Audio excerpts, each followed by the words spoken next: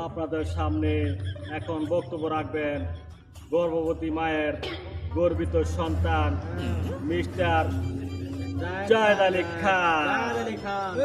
আমার ভাই তোমার ভাই, জায়েদ ভাই, জায়েদ ভাই, আমার ভাই তোমার ভাই। জায়েদ ভাই, জায়েদ ভাই।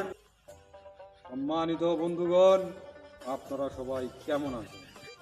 ভালো আছে পূর্বের নির্দেশনা অনুযায়ী আপনারা কি ঠিকঠাক মতো সাদাবাজি করতেছেন?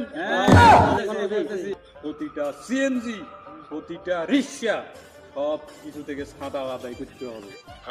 ঠিক আছে, ওকে ওকে। কোনো কিছুই বাদ দেওয়া যাবে না। প্রয়োজনে প্রতিটা টোকায় বোতলের থেকেও ট্যাক্স নিতে হবে।